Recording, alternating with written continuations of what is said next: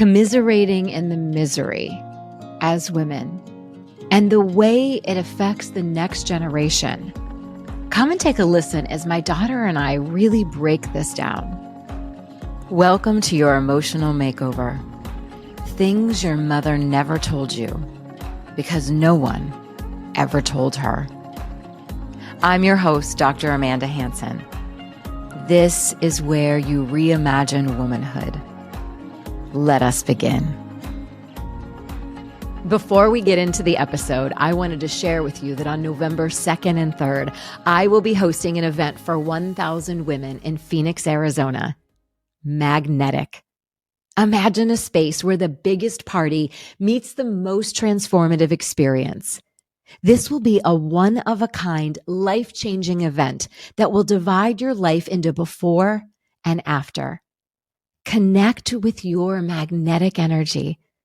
Discover your feminine essence. And learn practical tools for becoming the woman of your dreams. Claim your ticket at the lowest price possible right now. Spots are limited. I can't wait to meet you at Magnetic.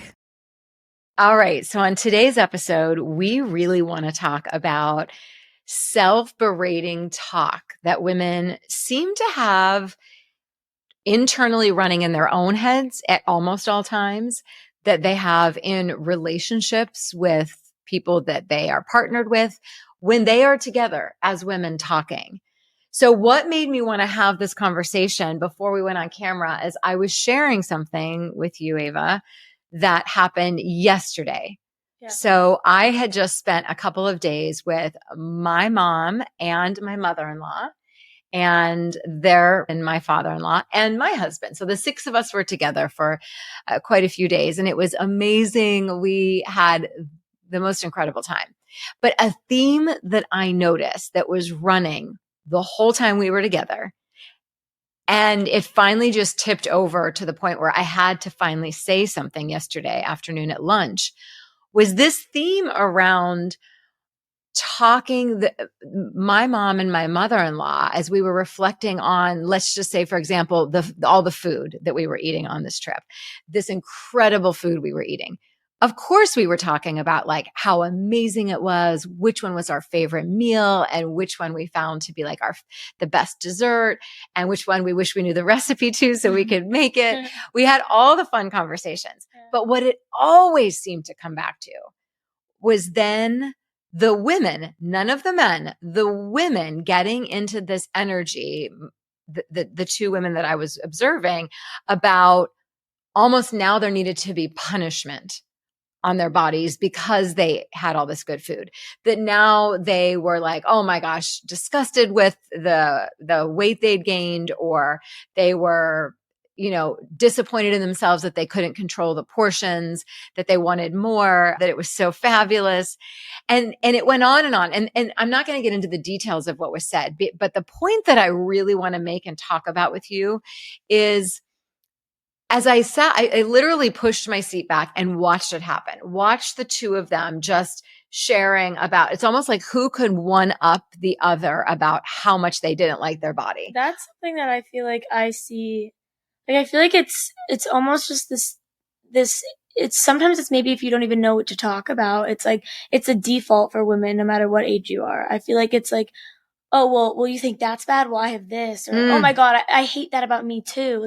It's like a bonding thing. You're exactly right. Which is problematic, but it is in every age. So that's clearly like what's happening here. And the thing is that they don't even realize how problematic it is.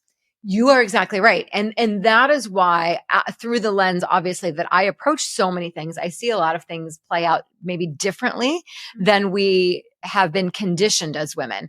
So in that moment, I sat back and I was observing, and I was even observing myself. And I had a thought that 15 years ago, I probably would have been participating in that conversation.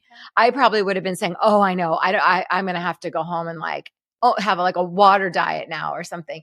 I don't know, like what I would have said, or been really self-conscious of the fact that I had also, gained weight on that trip. So I thought about how 15 years ago, that version of me would have been in that energy. But standing where I stand now, I saw it so differently. So I pushed my chair back and I just sat there and watched it keep playing out and playing out.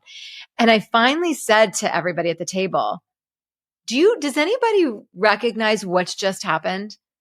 And everybody looked at me like, because everybody there's normalized to it. Like, not just them, like the men are just normalized to hearing women talk that way too. Yes. So they're just sitting there and like, it's whatever. It's normal for everyone. Yes. So now, meanwhile, as they're berating themselves and now they're going head to toe, like all aspects of their body, the men have not done any of this. They've not participated in any of that commentary towards themselves or about the women. They're just sitting there like listening. And you're right. I think it's normalized for them to hear women do this. And I said to them both, I said to everyone at the table, so if the women before me are supposed to be my role models, how do you think I experience as a 51-year-old? How do you think it feels for me as a woman to sit here and listen to these two women who are my role models? They are leading the way. Who are beautiful and amazing, by the way. Right. Which is so sad. It's like, so now they're just that. Right. Like, and that's what's so hard. It's like, you can see them for so many things and look up to them for so many things. And yet when it's like this, it's like, that's all they really see of themselves. They diminish them. Yeah. It's like they diminish themselves down to just this physical form. And, so I said, is this what I have to look forward to? At 83 and 75, is this how it gets to be? Does it ever end? Do you ever feel exhausted by this conversation? Do you want a different narrative? Do you want to talk about something else? And of course, we do talk about other things, but that just seems to be the undercurrent that was in whether we were getting in and out of like this little boat that we were taking around to the islands, whether it was like after getting dressed for dinner, whether it was something about the humidity in the air and their hair. It just felt like it was in every conversation somehow came back to, let me berate myself and rip myself down. And even when someone was giving them a compliment, it's like, I'm going to hand you this gift because I see compliments as a gift. Someone is telling you something and you literally push it back in their face and say, I don't want it. I don't believe it. It's not true. I don't like that. And so even the inability to receive genuine, heartfelt words takes away my desire to even say it anymore. Yeah. So I just wanted to share with you, like, those were my thoughts. And I sat there and I was really sad, to be honest about it. And I'm sure there are people listening like, oh my gosh, it's not that big of a deal. It actually is that big of a deal that we constantly run the storyline. And why I wanted to have this conversation with you is because I became very aware of the fact about 15 years ago when a lot of light bulbs started going off for me, that if you watched me do that your whole formative years as a woman and beyond, what message is that I'm teaching you about how you should feel about yourself?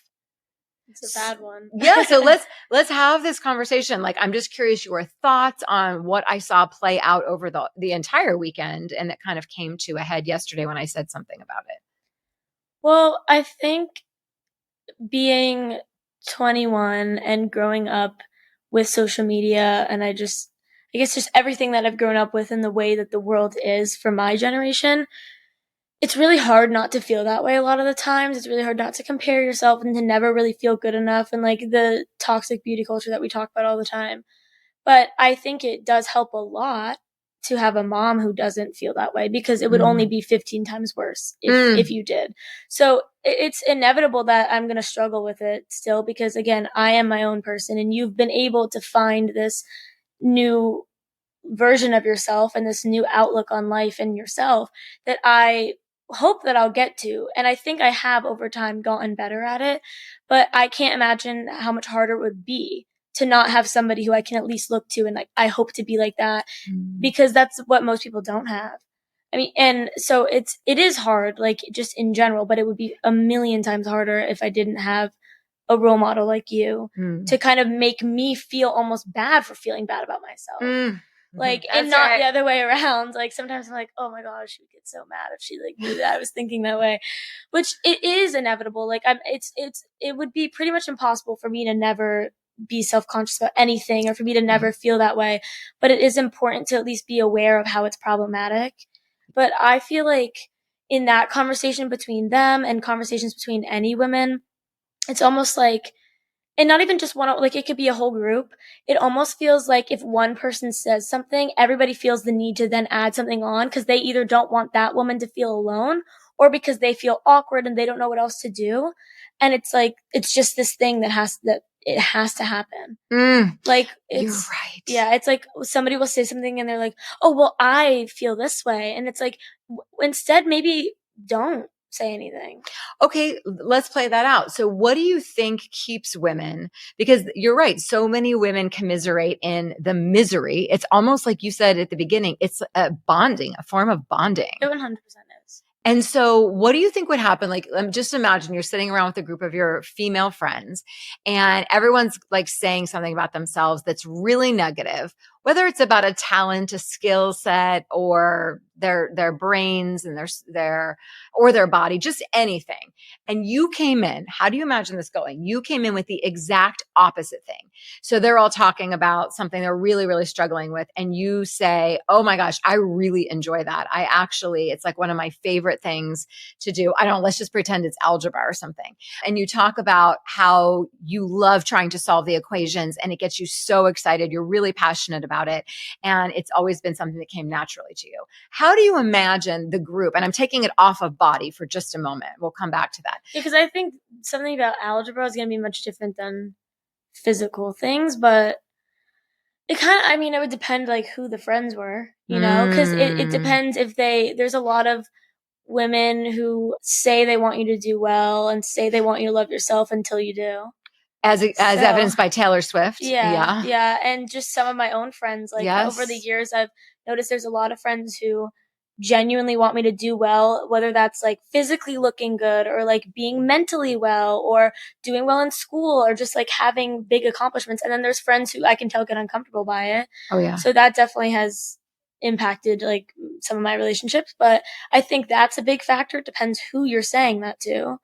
I don't know. I think some people, if they're, because it's hard because there's some people I know who feel that way about themselves and yet they're secure with somebody else being secure. Mm-hmm. But then there's people who are so insecure that they're not secure with somebody else being secure. Mm-hmm.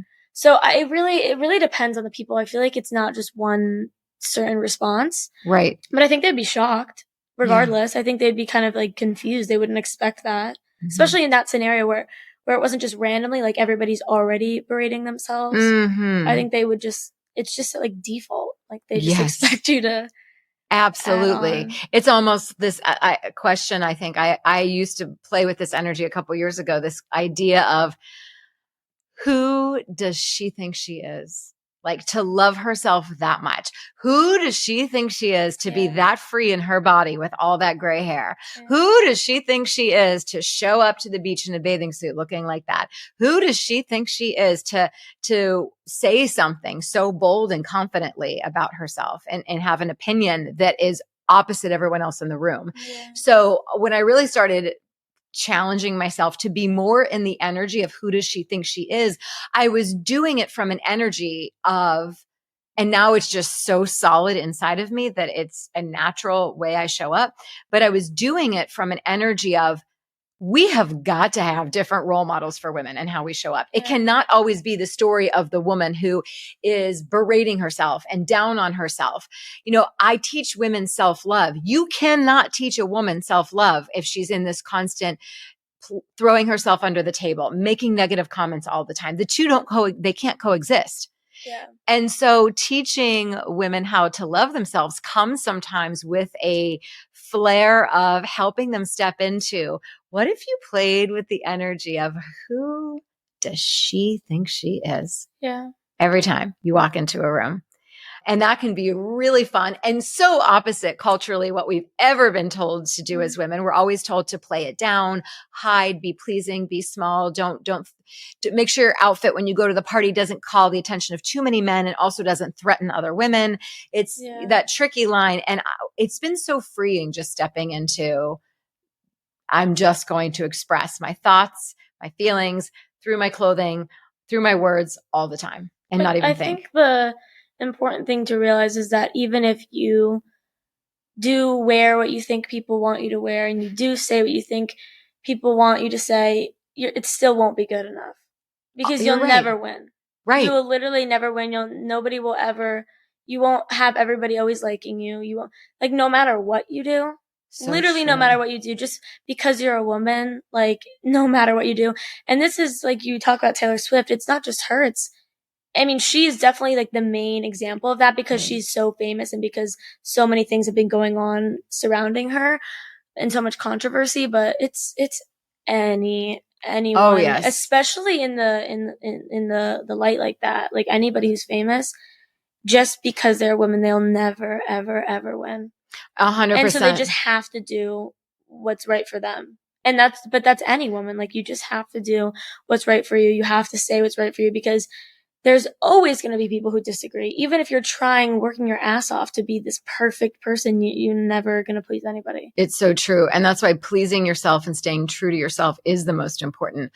But coming back to this idea of, okay, I use the algebra as an example. Let's say you're sitting around with a group of girlfriends, or you're all getting ready to go out at night. That would probably be a better example. You're getting ready to go out and everybody's together and you look at yourself in the mirror and you're all like near each other and everybody's like, oh my gosh, I look terrible in this outfit, or I feel so bloated. Which happens all the time. Yes. And I am a part of that a lot of times because it's just natural. Like, you just can't even help it. But like, and it's because if you're hearing somebody else say it, you're probably thinking the same thing. You know, it's just something that just happens, but that is a very common thing. So let me ask you this. So take yourself back to, a more recent time where maybe you were doing that. You were commiserating in the misery and everyone's complaining about how they look and you jump on that bandwagon. Just for a moment, try on in your body. If you were to, everyone's saying something negative about themselves and you're standing in the mirror next to all your girlfriends and you say, I look amazing. I love the way my hair came out tonight. I love this outfit. I am so excited to go out and celebrate with all of you. I feel so good. Mm-hmm. How do those words feel? And imagining yourself saying them out loud in front of your friends when they'd all just said something really negative. Yeah, it would feel weird. Why? I mean, if I really felt that way, if I really felt like I really liked my hair, I mean, sometimes I'll say things like that, like, oh, I actually really like my makeup, or like, I really like the way I really love this outfit, or like, if I'm borrowing one of my friends' thing, I'll say like, I love it so much, or whatever. Like, I do say those things. And I don't think it, like, I don't know. I think literally if everyone was just going back and forth saying awful things and I said something like that big of a statement saying like everything, then okay, yeah, they'd probably just be like, confused, or not confused, but like it would just be a little awkward. Mm-hmm. But I don't think it's like you can't say good things about yourself. I just think it's like, it just kind of depends the scenario where it would be weird or not. But it's not that, at least my friends, they do say really good things about themselves too. But I think it just kind of sucks that you can't just have one without the other. Like, there's always, you're always going to feel like, if you don't feel good, you're going to feel terrible. Like, if you don't love your hair, you hate it. Yes. So, and there's no like in between. It's not neutral. Yeah. It's not like, well, it's just neutral tonight. It is what it is, right? Yeah. It's like you just get so mad if it's not perfect. Right. Because we just want to be perfect. Yeah. So I saw lots of examples of that this weekend where, still taking into consideration, obviously, ages of everyone who is with us, 3 people in their 80s, 1 person in their 70s. It was interesting to watch the participation of everybody in relation to what they did and did not engage in. Let's just say that, based on whether they were worried about the humidity and how it was going to affect their hair, or whether they were worried about how they would look doing something rather than the experience doing the thing. And so my point for that is, I was just in this observation of how much of life gets missed out on when you're worried about how you look while you're living your life, as opposed to how you just feel, making the memories, being in the moments when your 5 senses are engaged. And I stood there on a couple of occasions thinking, I really don't want that to happen to me. and I was actually fast forwarding and thinking about you when you're older and all of your siblings, and we're all somewhere, and me having an opportunity to experience something and then maybe not experiencing it because I'm worried I'm not going to look good while I'm experiencing it, as opposed to, yes, let's go. I want to do the thing. Yeah. So tell me, like, what are your thoughts? Do you feel like there have been pieces and parts of your life where you've really missed out on being in the moment, like Yeah. really in the moment, because you were internally Yeah. so self-conscious of how you looked that night? Yeah. Mm-hmm. More times than I want, you know? It's, yeah, I would definitely say yeah. Yeah. Mm-hmm. That feels really sad to me. Yeah. It feels sad to me that moments of, and it happened to me when I was younger too, a lot. And I will never get those moments of my life back. I think Yeah. about the times when a lot of times, even when you were younger, you kids, and I was very strategic, which you probably all never knew, but I was very strategic about how I would get up if we were at a pool at a hotel or we were at a crowded beach, because I was so almost crippled and self-conscious of my cellulite on the backs of my thighs that I was strategic about how I would get up, how many people were watching, how quickly I would jump into the water and then stay there for a very long time with you guys, or sit in the sand for a very long time, so that it would keep me from having to worry about what people were thinking about the backs of my thighs, because that's how crippling it was for me for so many years. And I had this realization about 3 years ago. I was alone on the beach and I was writing in my journal, and it hit me like a ton of bricks, and I started crying because I thought, that is so sad. Yeah. That is so sad that I'll never get those moments back again, where I missed doing more than being submerged in the water or sitting down so that no one could see my cellulite, as opposed to just walking and being or frolicking and playing more. And that makes me sad, and had me wondering where else am I missing being in my life because I'm worried about how something looks, or God forbid, what somebody else thinks about how I look. Yeah. Yeah. It's, I mean, I didn't really know that about you, but. Mm-hmm. Well, because now that I've been so conscious of it the last several years, I've really worked hard. It's still an internal dialogue that's happening, but I work really hard with myself to not let it play out and paralyze me anymore. But it takes self-talk. It really takes self-talk to get myself like up off of the beach chair into the water. I do it, but it is not effortless. I will say that. It's such a deep internal shame and programming that says I should not have cellulite on the backs of my legs. It's unsightly. And why am I not doing anything about it? And the only offerings of anything to do about it, aside from like lymphatic drainage massage, would be like buying really toxic creams and slathering my legs with them just so that they appear less cellulite. Yeah. They don't actually make it go away. And that's a path that I've just decided I'm not going to do that, because I want to keep practicing. Quite honestly, I want to keep practicing expanding. I want to keep practicing being uncomfortable, breathing through it, and recognizing, oh, okay, that falsified story and lie that I exaggerated so much in my head doesn't have to run my life. Yeah. So I know there are other alternatives, and somebody would say, oh, quit making such a big deal about it. Just go rub some cream on before you go out to the beach so it doesn't look so bad. But it's not something I'm willing to do, because I really want to work through this. Yeah. Yeah. Because there will be times when like you can't do anything about it. And then what do you do? Yeah. Hide forever. Right. So you do feel like you've had experiences where you've maybe not fully enjoyed where you were or what you were doing or who you were with. The experience maybe wasn't fully submerged into because you were worried about how you looked. Yes. Mm-hmm. Yeah. And what do you wish you could do differently for the version of you who missed moments of her life? I guess just not care as much, because nobody actually cares that much. But also it doesn't always have to be the most important thing. Like what you said, that you would miss certain moments when we were on the beach.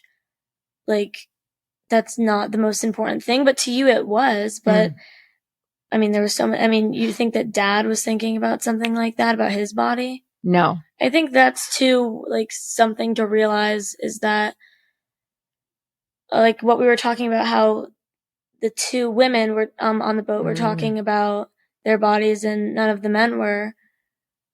It's not that they don't have their own maybe insecurities, but it's just nowhere near as deep, and it clearly doesn't run their life. Right. And so I think a part of just taking a step back, and why am I putting so much pressure on myself when there's so many people around me who don't do the same and who are having a great time right now? Absolutely. Absolutely. And it makes me equally angry and sad, not just for me or for you, but for every other woman who experiences that. And so how do you, like, as you see it, I mean, I know where I stand, but I'm curious, what do you think has happened that women are so fixated or paralyzed or just overwhelmed with constantly worrying about how they look, the size of their waist or the thickness of their eyebrows, the length of their hair, the strength of their fingernails? Like, why do you think it is literally entrenched in everything that we do? Because because that's how the system is for us. That's how, like, the toxic beauty culture is. I mean, there's people at 20 getting Botox. Like, it's because it's this idea that if you're not perfect, you're not worthy. It's the same thing with the aging. Once you're old, you're not worthy. You're not beautiful anymore. People are in panic mode, trying to be perfect. Like, girls my own age freaking out. It's literally like a disease. I think it might be, actually, and it's a disease, a new and disease. It's not just even like a disease that somebody has it. It's a disease because it's contagious. Oh, Because it's like, I can be so secure in myself and, like, not even think about the fact that, like, when I raise my eyebrows, I have wrinkles. And now in the past year, it's like, I think about that. I'm like, why am I thinking about that? Because it's all over TikTok. It's all you hear anybody talk about. Everybody's getting Botox. Everybody's getting filler. Everybody's, like, crying about themselves not being perfect. And it is contagious. When it's everywhere, it's in, like you always say, it's, you go anywhere, it's all over the shelves, it's all over the magazines, it's all over. Now that everything is face-tuned, everything is edited, everything has AI, all the movies, everything is edited, nothing is real. So one, you're comparing yourself to these perfect things, and then it's this expectation to be that. It's this expectation to never age. Everywhere, anytime I see any, like, celebrity on, like, an Instagram thing or on TikTok, and if she looks really good for her age, minus the fact that she had gotten work done and it's really obvious, but people are like, oh my gosh, she's aging so well. Like, that's all they can talk about. And then if she either didn't get work done, or she did and she still doesn't look good how they would, like, want her to look, it's like, that's all they talk about. It's like, so, but that's the thing. It's like, all people care about is how people are aging and, like, what they look like, and this insane fear of aging. Like, it's bad. Well, and do you think, I just want to clarify something. Do you think it's equally in proportion for men? No. Yeah. No. And it's not that they probably don't fear getting older, but it's just, it's not the same. There is a real double standard. We could do, like, a whole episode on the double standard in aging. I think we should come back. I mean, we talk about it all the time. When you had your hair go gray, and when a guy does it, he's like a silver fox, and when you do it, you're old. There's not even a word for a woman. You're when just she like does an it. old, like an old maid. Yeah, old maid, literally. Or grandma. Yeah. That's something I've been called on Instagram by men. Okay, grandma. And because grandma's like an insult. Exactly. Like, exactly. I'm like, that's the word. So that's what you're coming for. You're coming for my aging to to try to make me feel less worthy or to silence me, which of course is never going to happen. But yeah, this is what we use as an insult. And, it makes me think about too, I'm blown away at the wild notion that 10 and 12-year-olds are doing get ready with me for school TikTok videos. It's actually laughable. And there's a section like in Sephora now that caters to them. And I'm just curious your thoughts, because I remember when you were 10 and 11 and 12. Yeah. And the most that I wore of makeup was maybe in like middle school, and I think it was mascara. But now these girls, not only are they wearing makeup, they have skincare routines. Yes, with retinol. Full on skincare routines. I'm like, I think I washed my face with like Dove. Like Dove soap and and called it a day. Like literally. And that's what you should be doing. You're actually damaging your skin more. And then your skin's going to need 15 more products every year to make it it's just, it's a waste of money. It's just the consumerism. It's just, but think about it. When they think about how many more customers these things have now. Oh. These companies have now. Oh, yeah. Now they have. Get them in at 10. They have 10-year-olds. 10-year-olds shopping at Sephora. I actually just got like a stab in my stomach. Like I was playing with Barbies when I was 10. Yes. I was playing mermaids in the pool when I was 10. These girls now, like, they're talking like they're like from the valley, and like they have these like TikTok influencer accents. I'm like, babe, you don't even have a childhood. It's so sad. It's so sad. Like, and the thing is, it's like, okay, this is social media. This is also the parents not like allowing that. The parents allowing that, that's a problem. But, the thing that I think is interesting too is, one, this was like a whole kind of like meme. Like, this was a joke. Like, oh, this Sephora 10-year-old, and everyone was making funny videos. Cause it is funny, but it's also not funny because it's serious and it's sad. But also, this is something I told you, is there's all these people, there's girls my age, so like 20s, 30s, who are all like, oh my God, like these little girls, like being like, what are they doing? And I'm like, what are you doing? Oh. You're 20 and you're getting Botox. You're just as bad as them. You're their role models. Yes. You're the girls that they're watching on TikTok. Yes. Like, and you're making fun of them. They're going to be worse than you at your age because of you. Like, it's just sad, because I'm like, if all you talk about is like what you look like and how you need to get this done, and come with me to get filler and like all these things, like, it's one thing to get it, but to normalize it so much, that's another thing. In these past few years, it has been normalized so much. It's almost like going to get your nails done. Yes, or to get a haircut. Honestly, it's bad. It used to be something people kept like hush hush, and now it's like talked about very openly. It's normalized, and people freak out if you like even have something negative to say about it. Like, if you want to get Botox, that's fine, but why is it so bad if I don't think that it's a good thing? Exactly. Like, God forbid that I think it's problematic that people are normalizing it at such a young age, or at any age. At any age. Like, it's one thing to get it, but to normalize it so much and get it on every part of your face and think it's like a trend, and then it's almost like it's so normalized that, again, women are bonding over these things about like what they got done and how they need to get this done. Like, and I think we won't even begin to understand the medical repercussions of injecting. It makes you can't even move your face, and that's problematic. Yeah, I don't even think we understand what we're doing. And I think that's really also very scary and sad to me, is that it's become as simple as like, I'm going to get my hair cut. Well, it's the lengths that people will go. Yeah. But because it's so normalized, it doesn't even seem crazy anymore. Right. Like, it doesn't seem crazy that, and the thing is too, that it's like, I think I was even saying this to Chris the other day. We were talking about somebody in their like mid-30s, and I was like, I'm going to be honest, Chris, I couldn't even tell you what age she was, because I don't know what 30-year-olds look like anymore. Oh my gosh, such a good I was like, point. I don't know what I'm even going to look like at 30, because I don't know what it looks like to be 30. You can look at pictures of me. No, but like literally, like, it's crazy. And I'm like, and you know what? It's sad. It's so sad that these women are so young and they feel the need to do that. I'm like, you have a baby and you're getting both. And that's another thing. They talk about how much they love their daughter and they love their son and how much they love their kids. I'm like, it's just so sad that like that's going to be what and then they're just going to do the same thing. The example.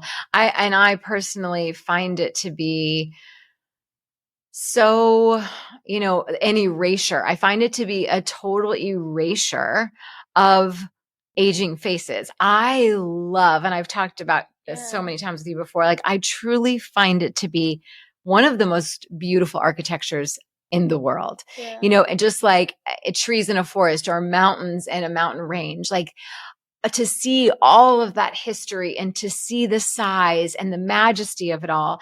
That's how I look at humans and human faces and all the intricacies. I think it's incredible. Even the lines on the hand and the sunspots and the arms. And it tells so many stories of a life well lived. And it's, if we just shift the lens that we look through when we look at humans, why have we stopped looking at humans as they're aging as works of art?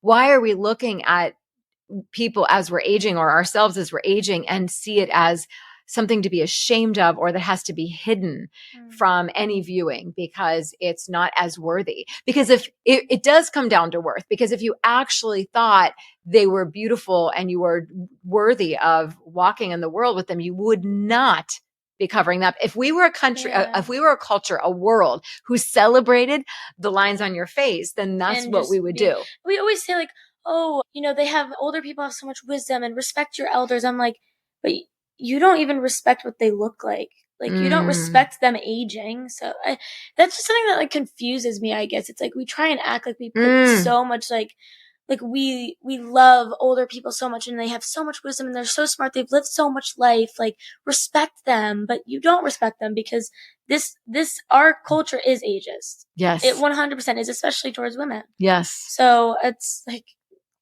and something I thought of when you were talking is it's like, it's so interesting when you get to the age of being aware of yourself and when you start to criticize yourself, but even just as a culture, as a society, whatever, when we think about this, like we look at babies and like you always talk about me when I was younger. I was like this like really fat baby, or like I had rolls and chubby, stuff. Chubby like cheeks, rolls. And yes, rolls. And now like to have rolls is a bad thing. Yes. You know, and now it's like it's such a bad negative thing. Like hide that. Like oh my god. But so it's like, but everybody thinks that's cute on a baby.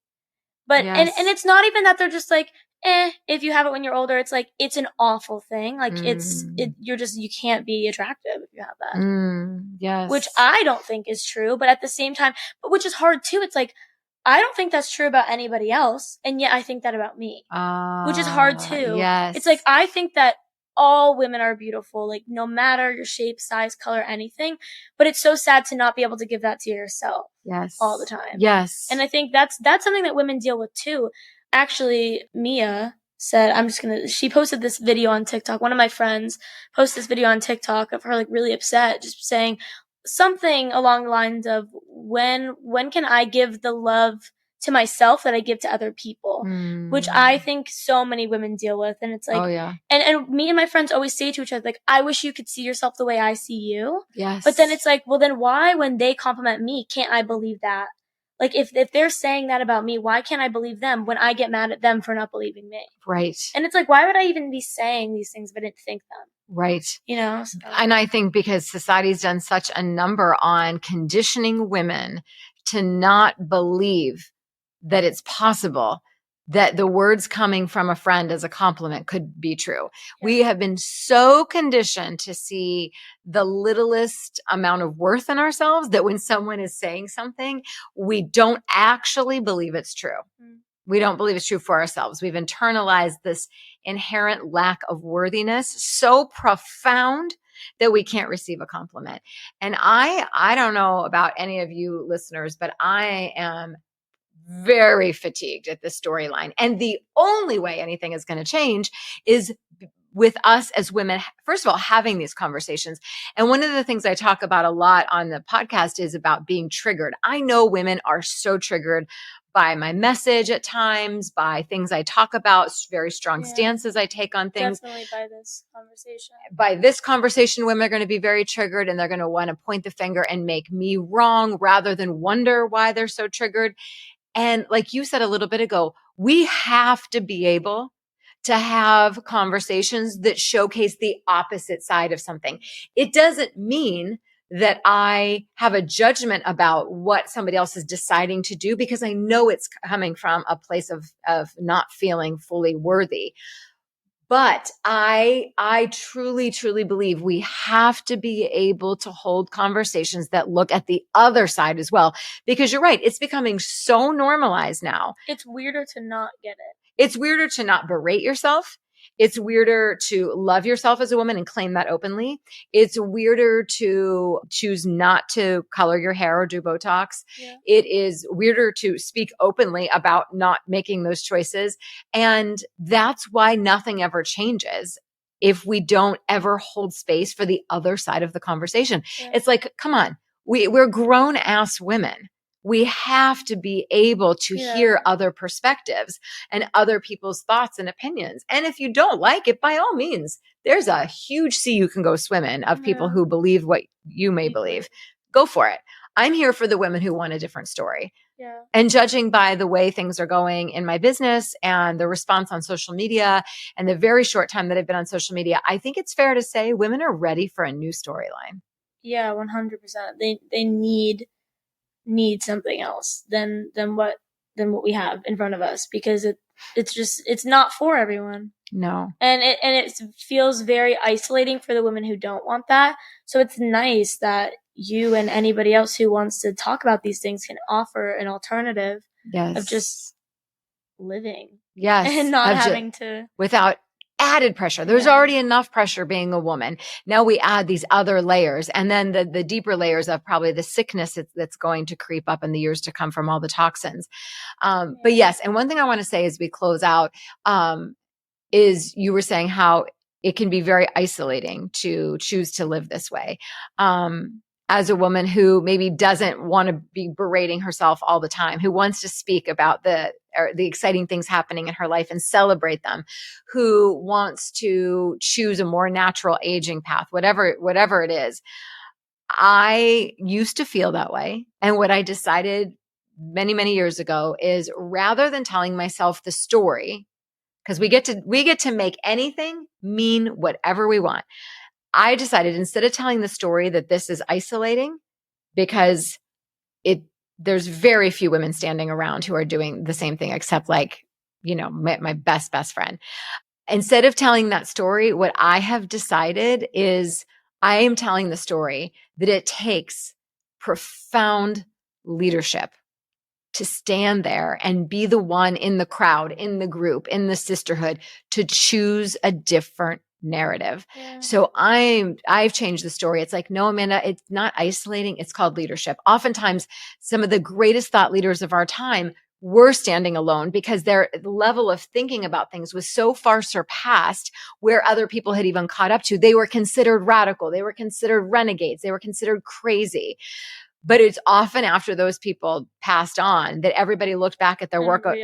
Yes. Yeah. And what they brought to the world, what they were saying, and they thought, oh my gosh. So usually revolutionaries are a little bit more isolated, but I've decided that just gets to mean like, okay, you're leading a different way, Amanda. And that gets to be okay. Yeah.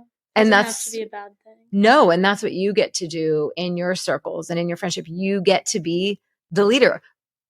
Women your age need a leader desperately. They don't need another follower. They need a leader. They need a woman who's doing it differently, because God forbid they need role models to look to and say, okay, where's she going? I want to follow her path, because it seems really liberating. Yeah. And really beautiful.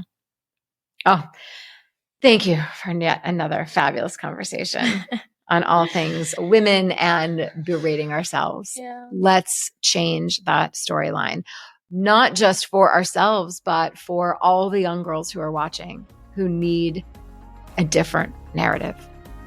I hope you enjoyed today's episode. I would love to hear your feedback. Message me on Instagram or write a review. And of course, if you know a woman who could benefit from this episode, please share it with her, because it can heal her life. And that's what sisters do. Love always, Dr. Amanda.